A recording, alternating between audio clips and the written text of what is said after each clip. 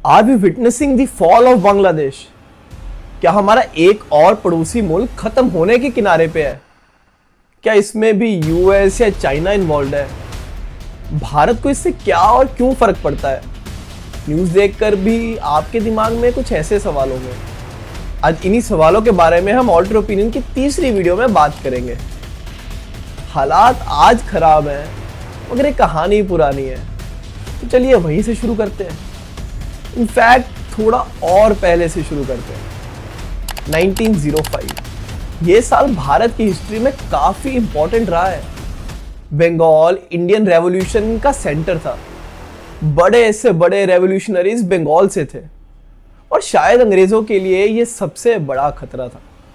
इसलिए बंगाल को दो हिस्सों में बांटा गया, एक उर्दू स्पीकिंग और दूसरा बंगाली स्पीकिंग। और इसी हादसे ने पनप दी भारत की शायद सबसे बड़ी और इम्पॉर्टेंट मूवमेंट को, स्वदेशी मूवमेंट। पूरे भारत में मास प्रोटेस्ट हुए जिसको अंग्रेजी आर्मी झेल नहीं पाई और 6 साल बाद ये फैसला वापस ले लिया गया। मगर कहीं ना कहीं कुछ लोगों के दिमाग में ये बात अटक गई। इसलिए जब भी भारत पाकिस्तान का बंटवारा हुआ उस समय ईस्ट पाकिस्तान, जो कि आज बांग्लादेश है, उसकी मांग की गई। जिन्ना की ऑल इंडिया मुस्लिम पार्टी ने डायरेक्ट एक्शन डे की मांग की, यानी कि आजादी 16 अगस्त 1947 नहीं 46 में ही मिले। बंगालियों पर हमले किए गए ताकि उनसे उनकी जमीन ले ली जाए। और बंटवारे की कहानी भी बहुत दिलचस्प है।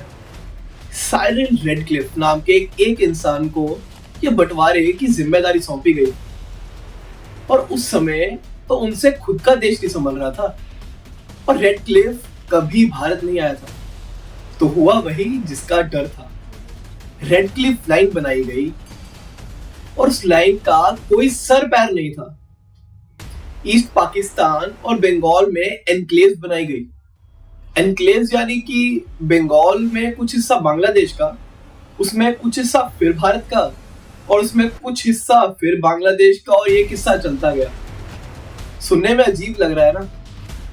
रेडक्लिफ को नहीं लगा। तो इस कहानी से एक कंक्लूजन तो निकलता है कि अंग्रेजी भाषा समझदार होने का सबूत तो नहीं है। अब भारत को इससे क्या और क्यों फर्क पड़ता है? नंबर 1 और सबसे जरूरी, चिकन नेक कॉरिडोर। इसे सिलीगुड़ी कॉरिडोर भी कहते हैं। इसका दायरा सिर्फ 20-22 किलोमीटर का है। इसके एक तरफ जहां चाइना और नेपाल है तो दूसरी तरफ बांग्लादेश। नॉर्थ ईस्ट आज भारत के लिए सबसे सेंसिटिव मुद्दा है। चाइना पर हम विश्वास नहीं कर सकते, नेपाल ऑलरेडी अनस्टेबल है, और अगर बांग्लादेश भी अनस्टेबल हो गया तो कहीं हम नॉर्थ ईस्ट से कनेक्शन ना खो दें। और इतना ही नहीं, सिर्फ सिलीगुड़ी कॉरिडोर पर निर्भर करना काफ़ी रिस्की है क्योंकि चाइना भारत में कॉन्टिन्यूस इन्वॉल्वमेंट्स कर रहा है और बांग्लादेश के थ्रू भारत के काफ़ी सारे ट्रांसपोर्ट प्रोजेक्ट्स जाते हैं। Number 2, economic interest. भारत जिस मेडिकल टूरिज्म का बढ़ावा करता है, इसमें हम गोरों पर निर्भर नहीं है। तकरीबन 50% मेडिकल टूरिज्म भारत में बांग्लादेश से आता है और इंडिया में बांग्लादेश 4th लार्जेस्ट रेमिटेंस का सोर्स है। और इतना ही नहीं, सबसे बड़ी सी बड़ी एमएनसी जैसे टाटा मोटर्स, यूनिलीवर की फैक्ट्री बांग्लादेश में है। Number 3, political interest. भारत के सभी पड़ोसी देशों के पीछे कहीं ना कहीं चाइना बैठा है। अगर बांग्लादेश में भी चाइना का इन्वॉल्वमेंट होता है तो ईस्टर्न एंड जो पहले सिक्योर दिखाई देता था, सबसे कमज़ोर कड़ी वो ही बनेगा।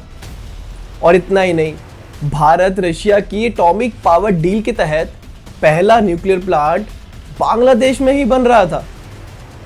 Number 4, demographic interest. जितना इंस्टेबिलिटी बांग्लादेश में बढ़ेगा उतना ही भारत में इलीगल इमिग्रेशन होगा।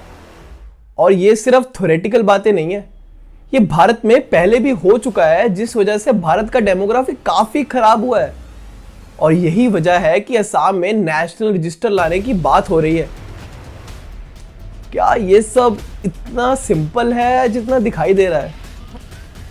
चलिए एक ऑल्टरनेटिव पर्सपेक्टिव भी एक्सप्लोर करते हैं। शॉकिंगली पीएम शेख हसीना के मल्टीपल इंटरव्यूज आए। उन इंटरव्यूज के अकॉर्डिंग यूएस काफ़ी सालों से बांग्लादेश में एक मिलिट्री बेस लेना चाहता है और कुछ आर्टिकल्स के अनुसार यूएसए पिछले 1 साल से बांग्लादेश में ये सरकार गिराने की कोशिश कर रहा है। क्या यूएसए इससे चाइना के और पास आना चाहता है या इसमें यूएसए नहीं चाइना इन्वॉल्व है?